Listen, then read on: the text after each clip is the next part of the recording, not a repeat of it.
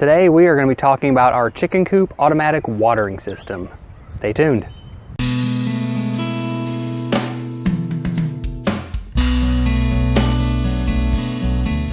Hey folks, Aaron here with the Kunkel Homestead. First of all, I apologize for the wind noise. I've got my microphone on. I hope I can cut most of this out, but it's a blustery day today and there's only so much I can do about it. But anyway, this video is going to be part 3 of a series of 4 that we're doing about our chicken coop and our chicken run. I'll link to parts 1 and 2 down in the description. Part 1 was about the coop itself. Part 2 is about the run. And this part is going to be about our automatic watering system. So in part 2, one of the things that I talked about with the construction of the run was the plastic roof. And some of the reasons that we mentioned for installing the plastic roof were that, it gave better coverage, of course, over the run itself. It helps keep it from getting full of snow and rain, which keeps it dry and more comfortable for the chickens. But another reason for the plastic roof, compared to just using netting or having it open on the top, was the plastic roof allows us to attach a gutter to the back side of our run, and that gutter feeds the watering system. So let's talk about that watering system. So the first part of the rainwater system is, of course, catching the water itself. We already mentioned the plastic roof and the gutter. Coming from the gutter, we have one of these flexible downspouts. These things are awesome. I've almost got ours running horizontally here because I wanted the barrel to be placed more on this side of the run because that's closer to the actual water itself. I did zip tie the downspout to the wire here just to help prop this up a little bit. We were having an issue where water collects inside of this and bends it down. So having that zip tie keeps it up a little straighter, helps keep so much water from just sitting stagnant inside of the downspout. The next part is the PVC itself. The PVC goes into the rain barrel, and this section here is actually an overflow. So if the rain barrel fills up too high, instead of the water just backing up into the downspout or coming out over the edges, this actually directs excess water over and out the top of the rain barrel and out into the yard, which I'll give a better shot of that here in a second. So at this point, your results are going to vary depending on what container you use for your water. We're using a 55-gallon drum that Amanda actually found at a pawn shop for $10. We spray painted it black, and that helps keep sunlight from getting inside the barrel and turning our water all full of algae. Well, we use 2-inch PVC pipe on the top. We have an enlarger at the top for the downspout to go into, and then we have a reducer at the bottom that brings it down to, I think, a 1.5-inch diameter, and that allows it to set inside the open hole on the barrel so that it doesn't fall out on us.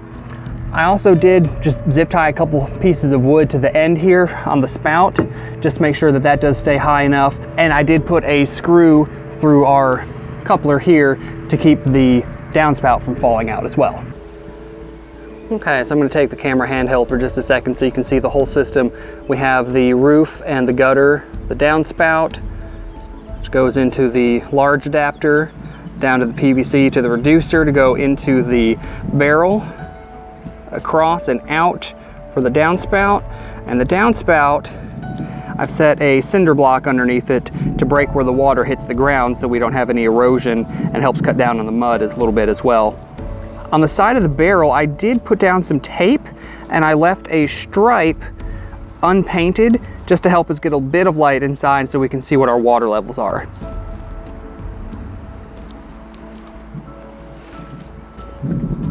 On the other side, I have attached a spigot.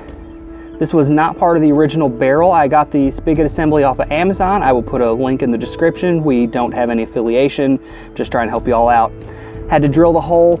There was actually a trick that we used to get that in there, and I will link to that video as well. But essentially, we drop a string from the top out through this hole and then drop the spigot along that string, and that gets the spigot from the inside out. So a few more notes on our water tank. We do have it setting on top of 2 layers of cinder blocks. This is a gravity fed system, so your barrel does have to be high up enough off the ground to get that water pressure. Basically, your spigot needs to be a little bit higher, at least a little bit higher, than where your water itself is going to be, and we'll look at that in just a second. At this point though, you're probably asking, how do you keep this system from freezing? Big tank of water sitting right outside. We thought about that and we have an answer. So the first part is a temperature controlled power outlet. These are designed to automatically turn on when the temperature goes below a certain threshold, and then it'll turn back off once the temperature goes above a certain threshold, and that varies a little bit from model to model. And this system did give us a little bit of grief at first. We had a problem where the first outlet that we got would just turn off at random, and we'd have to come out and unplug it for a minute or two and plug it back in, then power would go back to the outlets.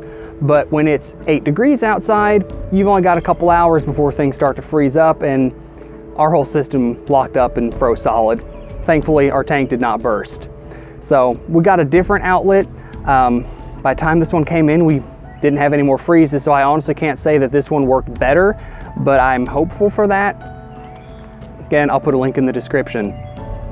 And what did we run with our power outlet? Two things. A submersible aquarium heater. I don't have a link for this one because we bought it locally, and it just says that it's a Top Fin Pro Series. What we needed were a few requirements. One, these rubber grommets at the end here, these bumpers, that keeps the actual heating element from touching the inside of your barrel itself. So that prevents there being any damage to the barrel. If this warm metal were to make contact, your plastic's not going to melt. And number two, you want a metal rod, not glass. A lot of the aquarium heaters are glass rods, and those can shatter if they're outside, and then you have broken glass in your barrel, if your heater's not working, just all kinds of problems. And of course, it does have to be slender enough that it can fit through the hole on the top of your barrel. So dunk this into the barrel. That's part one.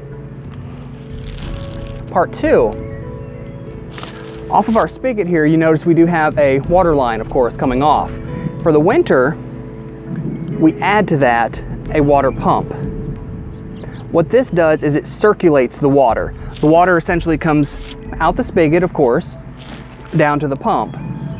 Then from there, it goes through the watering system, and we actually have it recirculate back in through the top of the barrel. That helps keep the water moving. That lets that warmed water from inside the barrel circulate through your hosing, which keeps that tube from freezing up, and also keeps the water itself just moving, which of course everybody knows a running stream or a pond with a fountain in it is a lot harder to freeze. So moving water helps with the freezing. One last quick note on the spigot, get a split spigot. You want two outlets, because if you need to drain some water, you can just turn your second nozzle and you can let some water out. We do that on occasion. If we know it's going to rain, we'll empty out about half the barrel, let it fill back up with fresh water, or if we just need to fill a watering can or something, it's just convenient to have. For the electrical outlet and all the plugs, I mounted a small storage bin to the underside of our chicken coop. That gives us a sort of a dry box. The power outlets typically aren't rated for pure outdoor use, so you don't want them to be exposed directly to rain. So the little box does the trick. Okay, so now we've moved to the inside of the chicken run so I can show you the actual waterer itself, and forgive the filth, chickens. So the storage tank is directly to my left, and that, as you can see from the outside, does feed the hose that comes through. And underneath the chicken run ramp to the coop, I have about a 5-foot piece of 3/4 inch PVC that I've drilled holes into and attached 5 different watering nipples. That allows our chickens to have plenty of space. We have 15 birds, 5 nipples is more than enough for them to share off of. And on the other side, you can see the return hose that goes back outside of the run and around and back into the water tank. Okay, to finish this up, I've brought us into the shed. I'm tired of dealing with this wind, and I did want to mention one other thing. I did a lot of research when we were initially setting up the waterer, and I was torn between using watering nipples, which I already showed, or using watering cups. So these have an actuator inside the cup, and the cup fills up with water, and the bird drinks out of the cup, which is a more natural way to drink. They're used to, in the wild, they would drink out of, ponds or puddles. And this does, thank you, Tipo. And this is a little bit more natural for them, but we did have the concern that if there was water in the cup, it would freeze because there's no circulation, there's no heat. So originally we were going to do 2 cups and 3 nipples, but we found out that the cups, they leak. They just dripped from where they connected to the actual PVC pipe. And we used different rubber washers. I tried using silicone, plumber's tape, nothing would stop these from leaking. And so I ended up swapping them with nipples. And of course the nipples needed a slightly smaller hole, so I had to replace my entire piece of PVC pipe. So don't make the mistake that I did. Just go with the horizontal nipples. You'll be thankful that you did. And I do have a theory as to why these leak and the nipples didn't. And I'll put in a close-up photo of this, but the threads on the cup it's straight. This entire bracket comes straight out.